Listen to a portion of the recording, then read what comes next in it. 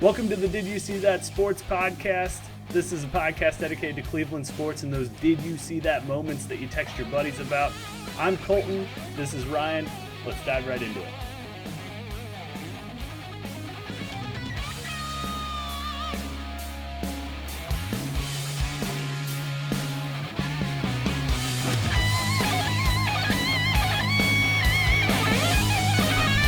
All right, I'm already on. So. Oh, heck yeah. Okay, cool. Well, let's, do you want to jump right into it? Let's do this thing. Okay, cool, man. Well, you had a whole list of stuff that you wanted to knock out this week. I want to let you take the mic right off the rip here. Oh, man, I don't have my notes in front of me. Let's start. What did we say we wanted to do? Talk a little bit of NFL? Yeah, a little bit of NFL, just kind of a recap, because the last time we talked, we didn't have the full story of what was going to happen at the end of Monday Night Football. So that's probably a good spot to start before that becomes the oldest news ever. Yeah, so we were recording during the second half of the Monday night game. So I was watching it and talking and watching and talking. And I had some things jumped out to me, and I'd like to hear what you thought about it. So the last 90 seconds were a mess, and I know everybody's already talked about that. But Hackett looks bad. When you look at the new head coach and what's happening in Minnesota compared to what's going on in Denver, it's a total night and day difference. So that was a little concerning on that. I didn't realize it or put two and two together until I heard it this morning. But, Hackett was on the staff with Green Bay when they went for the field goal instead of touchdown in that playoff game. Mm-hmm. And then Green Bay kicked off and never got the ball back. So just makes me wonder what's going on there. And then got a chance to watch the game today, and there were so many times that the play clock is down to 1 or 2 seconds. And I know it's tough to play in Seattle, but they just were not getting the plays in for some reason. I thought they were going to be much more up-tempo, let Russ call more things at the line. And what it seemed like is that the offense was very confused about what they wanted to do, what plays they wanted to call. And then Russ didn't have time to adjust. And if you look at Javante's fumble on the goal line, I know he fumbled it, but they were rushing through that play. They didn't get up to the line till late. They're all calling out plays. And in Seattle, that place gets louder as it gets up to 0 on the play clock. So why not snap the ball with 10 seconds left and start taking the crowd out of it? So that was what I kind of saw. What jumped out at you? Yeah, I mean, I saw that too. The Hackett stuff,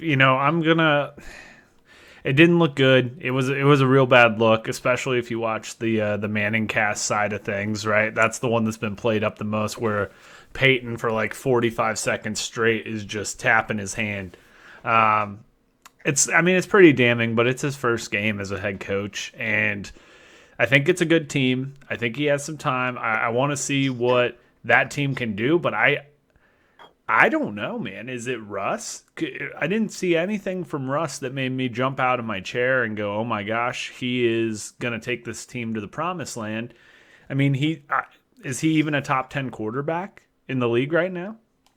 I don't know about that. I guess I'd have top to really 10. sit down and write it down. It'd be close though, right? Like just off the top of my head, he might not be. Yeah, and again, it's his first game there and in that system, so I want to give him the benefit of the doubt. He threw for, quote-unquote, having the best deep ball in the league. He didn't throw the deep ball very good. There were 2 interceptions that the Broncos easily could have had if they held onto the ball. Not the Broncos, but the Seahawks could have had if they would have held onto the ball.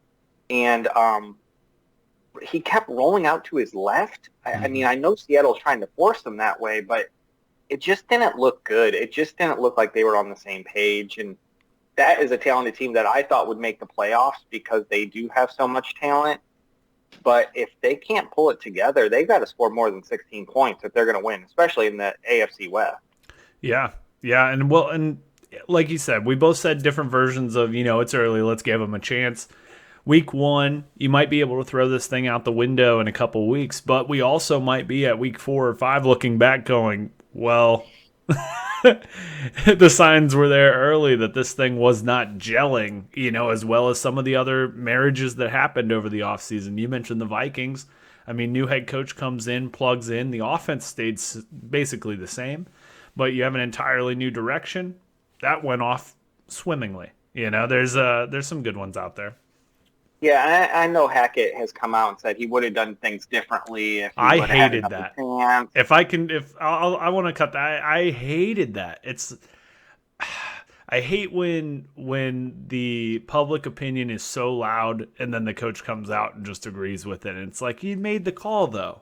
Just stick with the call that you made. Yeah, and here's the thing. I mean, they're running through so many scenarios all the time in their head. They've got to know, okay, if this happens, we're going to do X, Y, or Z. And it just seemed like he wasn't prepared for the moment on what call he wants to make. I did see where 4th and 5 at that part of the field has about a 45% success rate, while a 64-yard field goal has a 4% success rate. So not that I'm an analytic nerd, but you could just watch the game and know that they've got a much better chance with 2 timeouts and 20 seconds to get 5 yards than they do kicking a 64-yard field goal in Seattle. Well, and it would have been way more time than that even had they used the timeout properly. Like, it just rolled that clock. But at the same time, I think what I saw or what I had read as a report was that the line for Hackett and the reason they sent the kicking unit out was if they could get to a 64-yard field goal, that's what they were going to try. And it was exactly 64. And it feels like one of those things where he got caught up in I drew the line right here and it hit exactly. It's like, you got to feel it, man, because that was bad. As they're running out there, as that last minute unfolds, it's like, there is just no way, right? And then there wasn't. I mean, it could have gone in. He's one of the maybe 5 kickers in the league where if he's going to put a boot behind it in a stadium, he may be able to go 64. But he's never done it before, and there's a reason. Agreed. Yep, I just think that. And it should have never been that close. Mm-mm. They made a lot of mistakes. Seattle made a lot of mistakes. So it's a sloppy Week 1 game. I think Ryan Clark on ESPN made a point, which I usually don't like Ryan Clark, but he said Mayfield and Russ, usually as a returning player, you're juiced up and that helps you. But as a quarterback, it may hurt you, right? You may be too juiced up, and you got to be a little bit more mental. If you're a middle linebacker being juiced up and running around and hitting people, it helps you have that revenge factor, but as a quarterback, it may hurt you. And they both lost this week. I don't know if that had anything to do with it. Joe Flacco lost, another big pump-up guy. Yeah. So I don't know if that Matt was Ryan part of tied. his reason. We'll go through the reasonings there, but some of them, they fell a little flat. Okay. Okay, talking about quarterbacks, so somehow it's like 2017, and I'm starting to see the would you rather have Dak or Carson Wentz conversations coming back. Oh my, yuck. How, and that's just so gross. I mean, I saw you put this in our doc, the show doc, and I read that and went, yuck. I want to know what you mean. Who would you rather have? Even if Dak was healthy, Dak Prescott or Carson Wentz? Right now? Yeah, even if he was healthy, because Carson Wentz just has bad publicity. His stats are just as good as Dak's. He's just bad in the locker room. Dak feels like a walking injury the last couple of years. I feel like he cannot get out. It's sad. Wentz has the same thing. I don't. He can hurt. I just feel like when you watch Wentz, it just feels like complete incompetence. Like, I'm scared the whole time. I know. I mean, I'm not saying it's like it's scattered as all hell. I don't know how else to explain it. He scored 4 touchdowns, but would I bet my life on that happening again? No, but would he? Probably. Yeah. I don't even know how to explain it, but I feel like Dak is at least more calm. Okay, but Carson Wentz's ceiling, he almost won an MVP. If he wouldn't have hurt his knee. But that was before we knew what he was. That's almost unfair. Jimmy G almost won a Super Bowl, and then now he's the backup for a guy that can't throw. It's really... Okay. All right, weird. You don't like that one. That's okay. I won't make you pick. I'm going to make you pick this one. Okay. Would you rather have Jacoby Brissett or Geno? I want Geno, and I'm not a Geno supporter. But Wow. that game, he looked good, and all he has to do is row the boat. We just need a row the boat guy, and it looked like between the two, week one, Geno's a better row the boat guy. He has a worse team around him, Okay. but he was rowing. I did not like Geno in that game. I thought he made some very wild, unpredictable plays, throwing across the field and looking crazy, but that's fine. What about this one? Slinging Would you it. rather have Baker or Daniel Jones? Oh no. It's for adults only. Children, please don't listen because this is gross. That's a like R rating on this one. That is a bad one. I think I'd rather have Baker for experience and upside. I got two more good ones. How about Yeah. Goff or Jameis? Goff. I hate Jameis. I still don't see it. I Okay, feel like those touchdown passes he threw were just jump ball. It's bad. He's just not good. What about Fields or Tua? Fields all day. I'm a homer, but also Wow. I don't think Fields has had a single chance to thrive yet, and we haven't even seen it this year yet. He had to play in a mud puddle. So let's see what he can do with an offense that maybe lets him breathe a little bit. I That want to was see very it. fast. That was very fast on that one. I am all in on Fields over Tua. I would if they could trade him straight up right now. Do you think they might?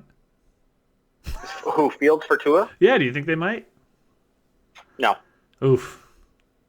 I don't know. Kyle Shanahan, I or think so. I don't know. Like out of the systems that they like to run down there, Mike. It's those are all sort of starting quarterbacks in the NFL. And that is why if you don't have one of those players to take you to the Super Bowl, Those are all. you can't How play. disgusting! How bad is that? That we're going through and it's like, how gross is this? And you gave me what, 12, 6, 10, 10, 12? And that all of them are gross. You wouldn't want a single one to be your quarterback. But yet we go Win the through Super Bowl. this. We have too many quarterbacks. Jimmy G can't find a team. We can't get Jimmy G on a team. These guys are all starting. Every one of those guys. And I don't know, man. That's gross. That's a heck of a find by Ryan on that one.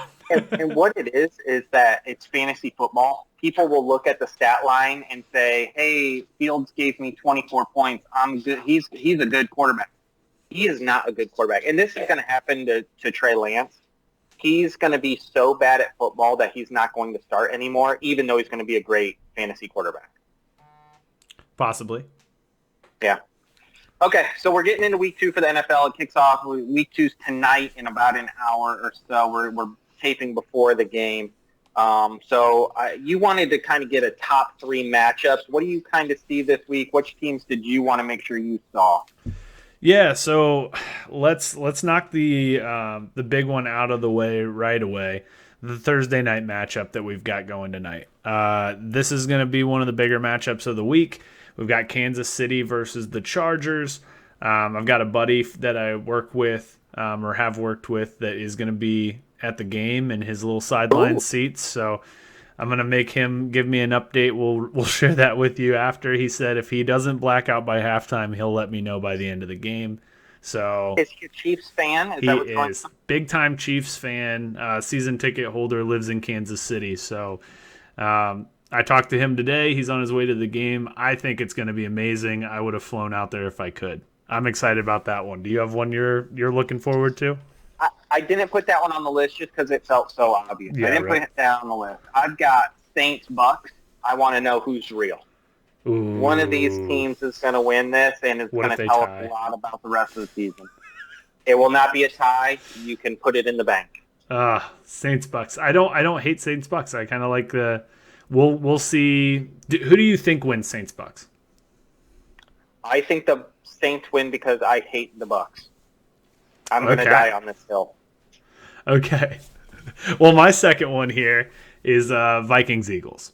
That Monday night game, it's going to be juicy. It's the later of the two. If you haven't noticed yet, we've got 2 random Monday night games overlapping this week. Thanks a lot, NFL, for that awesome scheduling. But we have Vikings Eagles as the late game, the one that'll finish last. So that one I'm really excited about. See if these two offenses can just pop off a little bit to end the week. That'd be fun. Who do you got? I have Vikings. I think the Vikings are going to win. I just believe the Eagles are a bad team. I still believe that they are. Okay. I think they beat a bad team by 3 in week 1, and everyone has kept the anointment right on their forehead, and I just don't see it. So If you watch that game, they dominated that game. Sure. They was within 3, but that was a big win. I need to make it close for me, Ryan. Okay, so they're bad. I've got Panthers Giants. I want to see this game. Ooh. Because I want to see Baker and McCaffrey versus Daniel Jones and Saquon. Who would you rather have? Which duo would you rather have for the rest of the season? I'd rather have Saquon with Daniel Jones. I think that if Saquon can stay healthy, he may just be the most impressive piece on a bad team of any of the bad teams, and he may be enough to float a team all by himself. So although Christian McCaffrey's awesome, he does need his dump-offs, it seems, and I'm not 100% sure that Baker can do that. He's a gunslinger, so he's trying to force it all the time. Are you taking the Giants to win then? Yeah, sure. Let's take the Giants to win that one. Okay. That'd be fun. Who's your last one? What else do you got? I've got Dolphins-Ravens. I want to see – that's kind of my let's see what's for real game a little bit. I don't know. The Ravens weren't impressive in week 1, but they did get their victory. It was kind of a boring game from the highlights that I saw and then when I went back and watched. And the Dolphins, that team is so interesting that I just want to see, do they get destroyed by a good team, a quote-unquote good team in the Ravens, or is it a close matchup? Or do we get surprised and the Dolphins come out and smack around a Ravens team? I think it'll tell us a lot about what we've got moving forward here. I had the same game for my third one. I had Dolphins, Ravens, same thing. Same thought process. They're both undefeated, but you didn't learn much from the Dolphins beating up the Patriots, and you didn't learn much from the Ravens Jets game. So let's see what this shakes out. These two teams, a lot of people think they're going to be in the playoffs, either wild card or division winners. So might be a good little measuring stick early on just to see what we got going on. Yeah. Yeah, I'm excited. This week has a bunch of good matchups and a lot of divisional stuff going on too. So we'll see what's real and what's not, or at least part of what's real and what's not, where we're heading. Yeah. Cool. All right. So NFL-wise, anything else there, or we jump into something else altogether? Let's stick in NFL, but let's chat some fantasy. Oh, heck yeah. Okay, cool. I'm excited. I always love some fantasy.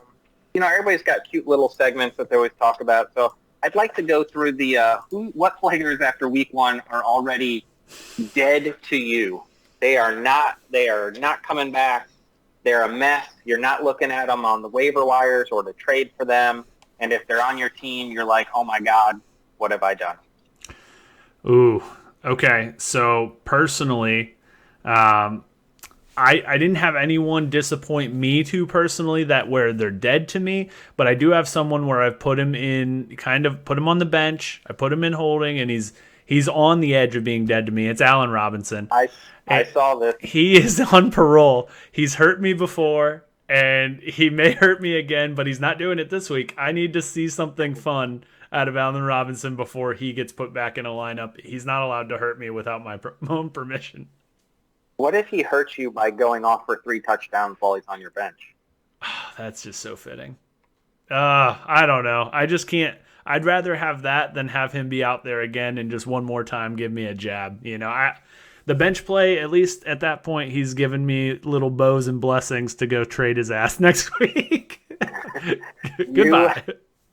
You should be in a women's shelter because he beat you so bad last year. And then the year you before, just took him on again this year. The year before. It's every year. I thought you were going to say Zeke. So Zeke is not dead to you? No. You feel good about him? So in the last couple of days, just looking at what this offense may actually be in Dallas, it's kind of like the Carson Wentz Dak conversation we were having. It might not be that different. It might also help the stars. So this might not be that bad for Ezekiel Elliott.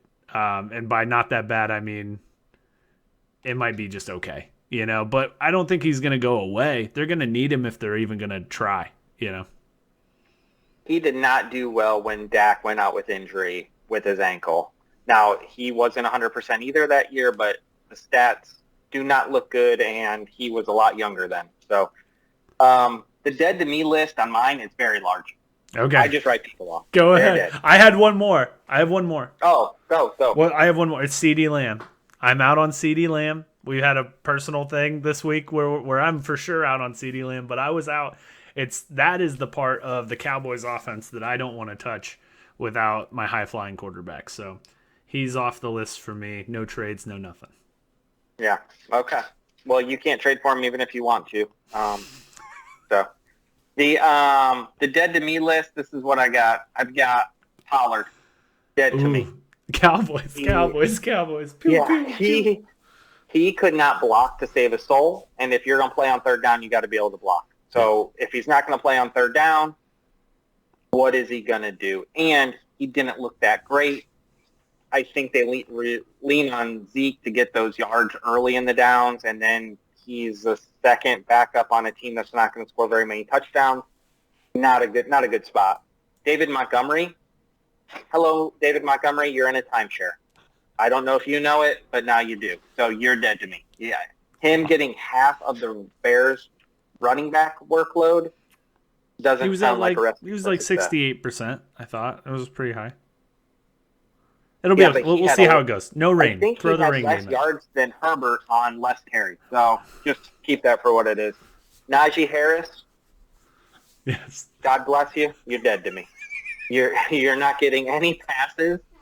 Your offensive line is awful. These are such early calls, Ryan. It's week one. Hurt. Yeah, that's fine. Yeah, they're dead. How hurt? Mark them off the list. There's no coming back. I worried about putting this person on here, but I'm going to do it. DK Metcalf, you're dead to me. Okay. I don't see it. He's an outside receiver. Every pass that they threw was over the middle to either a tight end or a running back that got any play, and they're doing all these safe routes. Metcalf had 7 catches and ended with under 40 yards.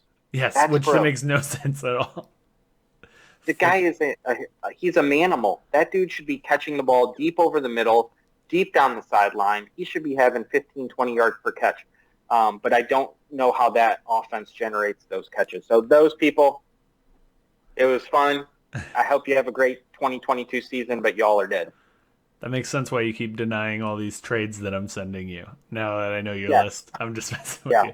I had one that I didn't put on the list, but while you were saying that, I kicked him right off of my fantasy team following last Thursday night's game. It was James Cook. A lot of people are in on James Cook being the second round rookie running back in Buffalo. Maybe he takes the lead, and I just don't care. Goodbye, James Cook. First carry, you fumbled, and it wasn't that for me. I told Ryan this last week. They zoomed into him on the sideline post-fumble, and all he was saying was like, I was down, and he was not even close. He was helicopter blown up in the sky, and all I wanted was a little accountability, so my team has rules. Hit the curb. Adios, James Cook. And you went strong. You did not wait for a traditional waiver wire pickup. You cut him midweek. Kind of set the tone for the rest of your team. Yeah, nobody was messing around come Sunday, and I did get the victory in at least one of my leagues, so I scared everybody a little bit. I appreciate that. So this next category is, I labeled it, that's my dad. These are people you see in public. You have to claim them because you've been standing on a table and you've been cheering for these people, but they had a really bad week one. So, you go to the bus stop and your mom has a glass of wine out and you're like, whose mom is that? And you have to tell everyone, that's my mom. Or your dad picks you up from school and he's blaring Dr. Dre and everybody's like, whose dad is that? And you're like, oh, that's my dad. So these people are people you're embarrassed to say you are still got them on your fantasy high list. I had no list for this because I had no idea what you meant by, that's my dad. But I love it. Shuffle. Okay, go. Yeah.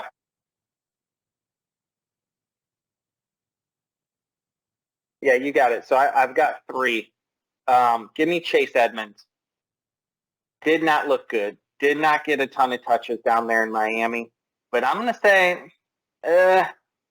that's my dad because he's still going to get some touches. It might not be this week against the Ravens with a good defense, but I believe that he's still going to put up some fantasy points, and I think they're going to have some explosions. Give me awesome Austin Eckler. I think he only played half of the snaps last week, and we'll see a bigger timeshare this week with no Keenan Allen. But he's definitely going to get some catches there, and I think he's going to get a little bit more carries. I don't know why they were having three running backs split all the carries up. I don't know if they're trying to save him for later in the year. They did try this last year, and eventually they were just like, okay, he's our dude. We're just going to give him all the carries. So I think it shakes out in his favor. So I'm keeping Austin Eckler as my dude. And lastly, I'm going to stick with Russ. I know we talked about him and the fuss ups that we've had with the coach. I think they figure it out. There's so many weapons there. Even though he didn't have an amazing game, he still threw for over 300 yards. He's going to get the touchdowns. I think he's going to get a couple rushing yards. The game's there for Russ, so I'm going to stick with those three.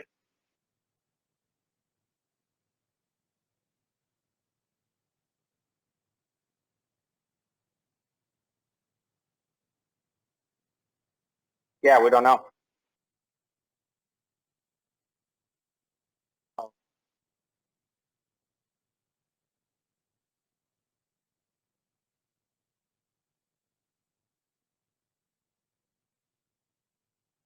It's may let her out on the pod.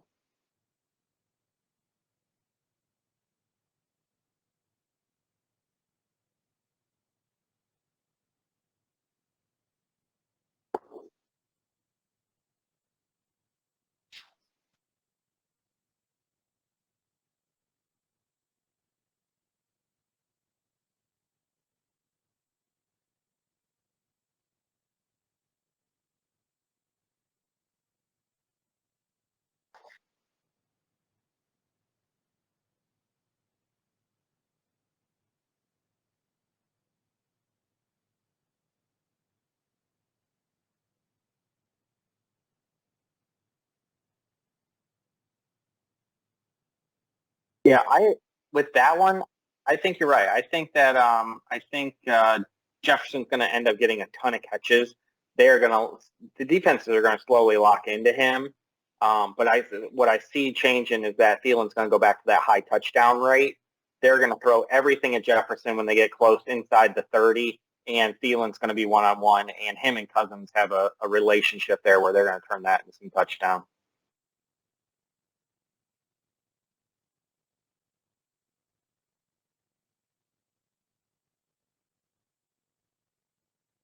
Yep.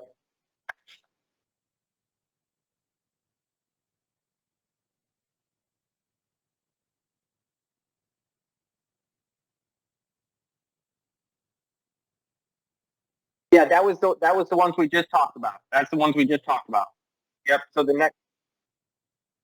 next ones are going to be the big rebounds. Who's due for a big week 2, week 3 coming up?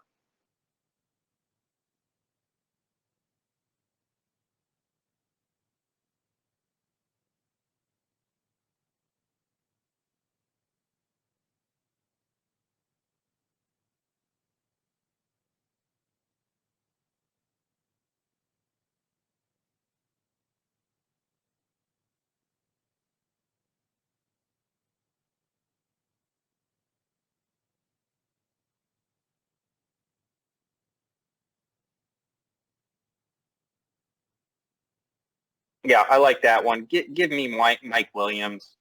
Mike Williams came into the season very hyped by a lot of different fantasy analysts, and everybody loved him. But he is one of those players that just has really boom weeks, and he's got bust weeks. So you have to ride the waves with him. Now that Keenan Allen's going to be out for a week, maybe miss 2 games, expect his production to obviously go up. But I think he's going to be just fine. So I would not worry about Mike Williams.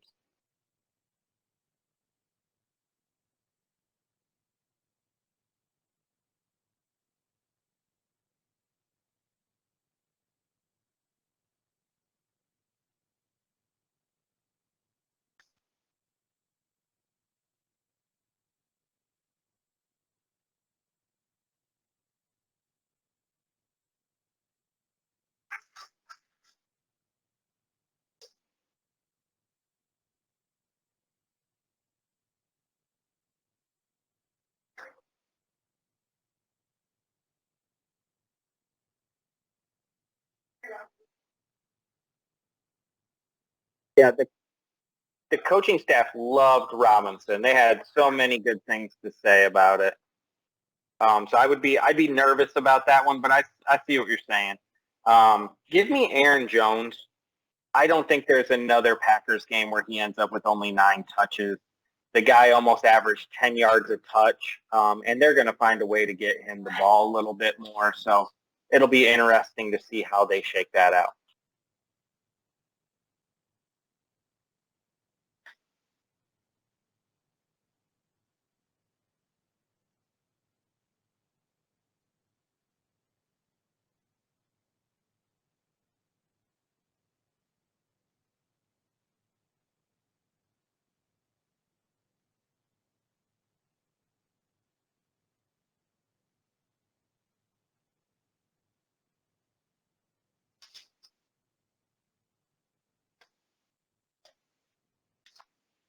Well, Taysom Hill vultured him, I think, on one of the touchdowns, if I'm not mistaken. So is Taysom Hill the Shotani of the NFL since he does 2 positions? All right, just I would just say think about it. Just keep that as a nickname, maybe. My last one is Swift. And you might say, oh, man, Swift had a big week. How can he bounce back? He got vultured twice on the goal line, and that might just be how the Lions are going to do it. But he didn't have very many touches. He only had about 15 touches total, and I think that can go up. He had looked explosive on TV on the film, and he's one of those few guys that really pops when you watch him run the ball. So I think he bounces back, continues to have a good year.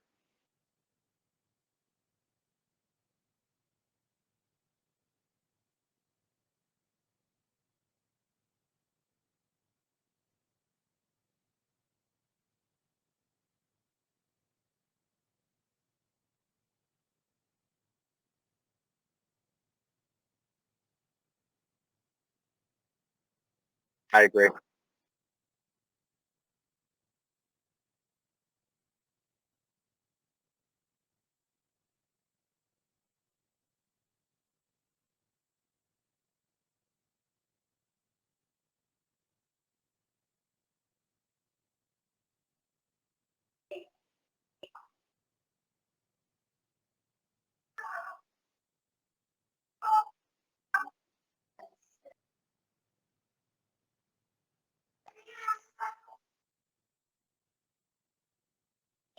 He was on my list too. Same reasons.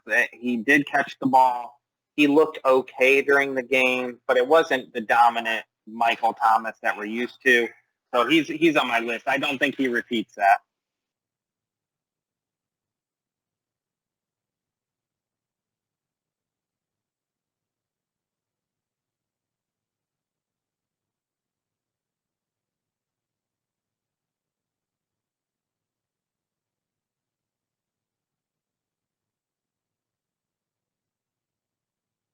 I agree. Who else do you got?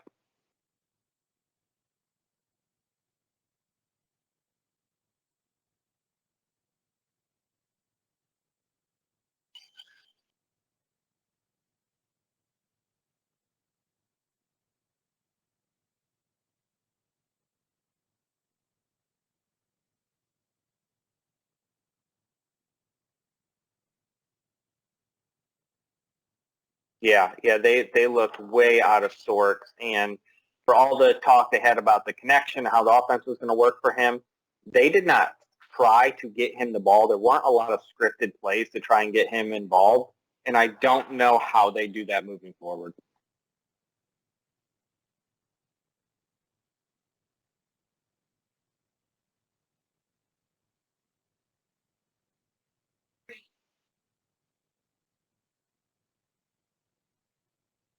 You got anybody else on the list?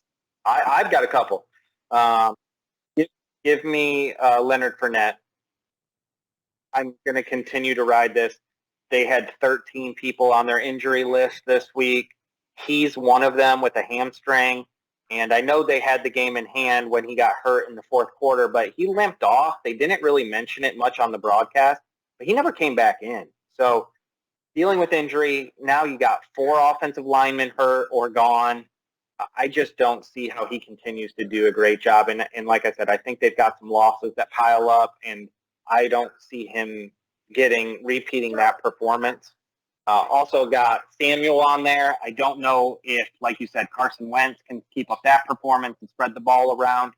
Plus, McLaurin and Dotson are just crazy young talents. They do what he does, but even better and at a faster clip. The only thing that makes it interesting to keep him around is that he was running the ball. They had him in a lot of multiple use sets. So it'll be interesting to see how he moves forward. But I don't believe in him. And then last on my list was CEH. 2 touchdowns on 10 carries. I don't see that happening again. He might get more carries. He might get more touches. But with how much they use Panchero, I don't know. It just doesn't seem like you can hang your hat on what he gave you in week 1. For my Did You See That, as we move out of football and get into some baseball stuff, I had a football one. So did you see Justin Reed? He was the safety for the Kansas City Chiefs who hit that 65-yarder in practice right before the season started. Had to go into the game, and I'm sure not a lot of people saw this because the game was kind of well out of hand at this point. Dude went up there and knocked out an extra point right down the middle, and then came off on the kickoff and kicked it 75 yards out of bounds. So it was fun to watch that guy get out there. He was excited to do it. And I think we've all seen NFL games before where the kicker gets hurt and the punter or a special teams guy goes out there and they look like they have 2 left feet. So to have somebody go out there that could do it was pretty awesome, I thought. No, that is cool. I even heard some talks about like, wow, what if you can replace a roster spot with a guy that could be like a linebacker and kick? Well, what would that be? I think it's a fun thing that he got to get out there and do it. It's kind of like when outfielder gets thrown into pitch in baseball and he strikes a guy out, and you're like, wow, good for you. That was a cool one. My Did You See That this week was, if you were watching the Guardians Angels series, the first game of the series, Terry got tossed, and Terry doesn't get tossed very often. But the more interesting part of this Did You See That is the Angels manager got tossed too, and it all happened in the course of a 5-minute clip where there was a dispute about whether or not somebody got hit with the ball. It apparently upset literally everyone on the field. And both managers got tossed on the same play. Pretty rare in baseball. Yeah, somehow they were both wrong. Both wrong. I don't know. Yeah.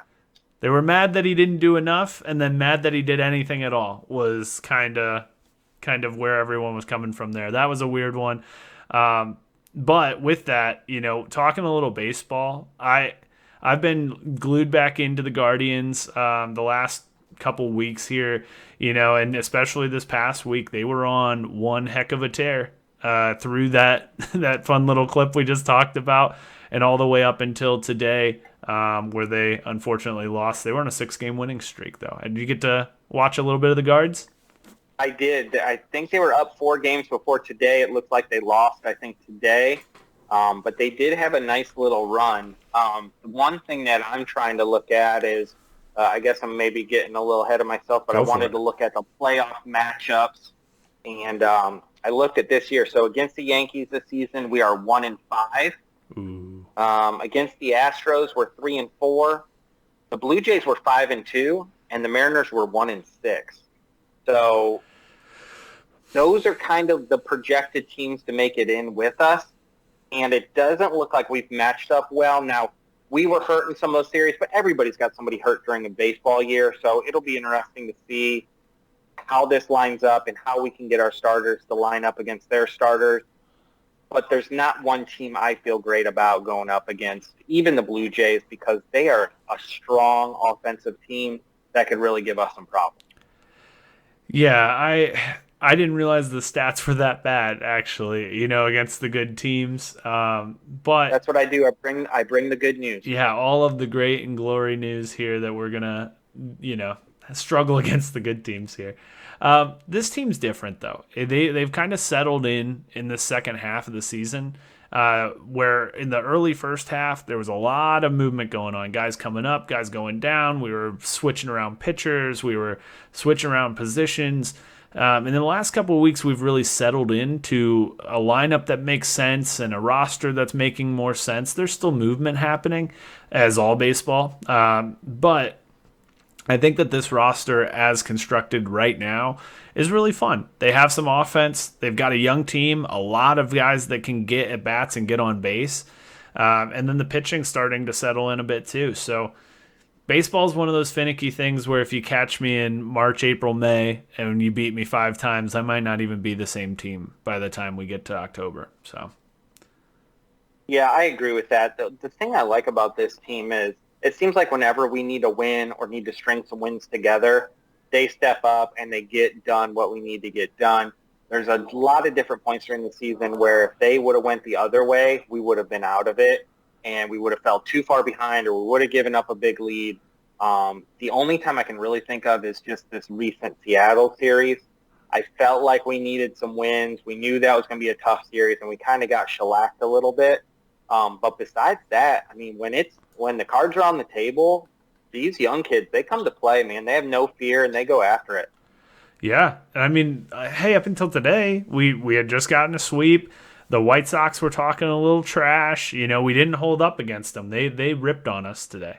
But we have a massive series against the Twins, and it starts tomorrow. We've got a doubleheader Saturday. We've got a game on Sunday, and then a game on Monday. So a 5-game stretch here, all Twins games. These are all worth double points, basically, right? So we need to win as many as we can. I think if we can leave the weekend at 3-2 or 4-1 on these games, that's a win.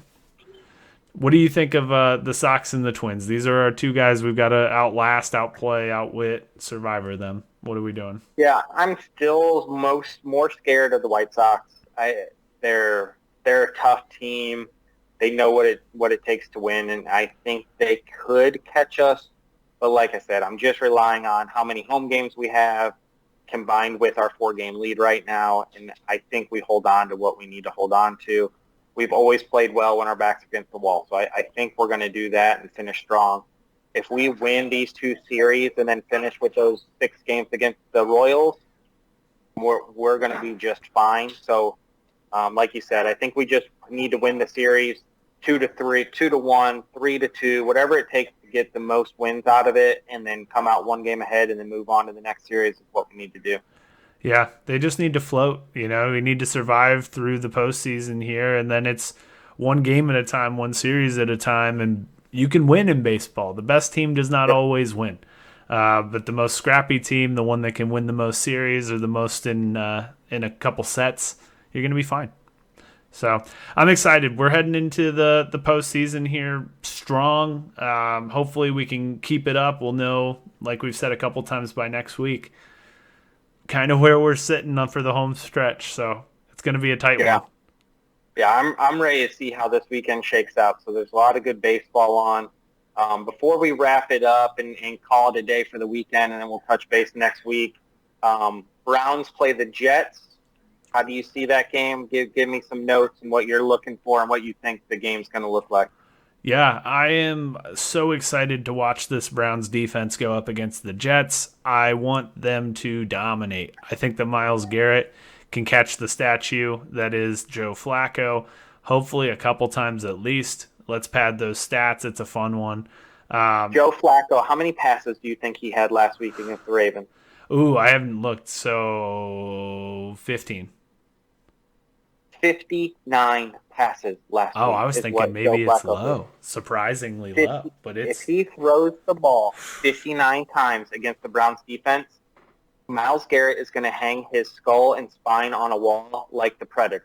Yeah, I think that the Browns just run away with it too. They're going to take this whole thing, smash Joe Flacco, run into week 3 2-0, and the beef brisket's going to play well. That's my prediction. Yep. We're going to see a good beef brisket. We're going to see a good Nick Chubb. I hope we run away with it. I don't want it to be a close game. Let's just finally get a real smashing out here. We're about to sign off because the game's going to start. You taking the Chiefs or you taking Chargers? Taking the Chiefs. I think the Chiefs are the new age Patriots. I think that it's a team you have to watch out for year in and year out, and they looked really good in week 1. So let's see if they can roll. Who do you got?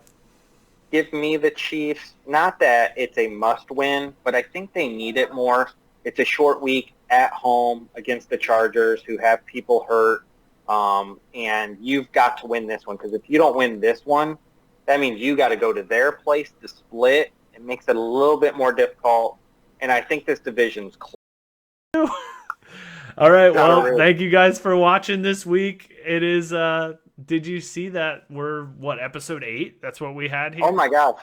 This is episode 8, maybe 9. I don't know. We're almost up to 20 subscribers, so thank you all that are clicking likes and subscribing. We appreciate it. If you guys have any questions or topics, you can always email us at didyousee.that@gmail.com, and we'll go from there. Yeah. So see you guys. Thanks for coming. Thanks, everybody. Talk to you later.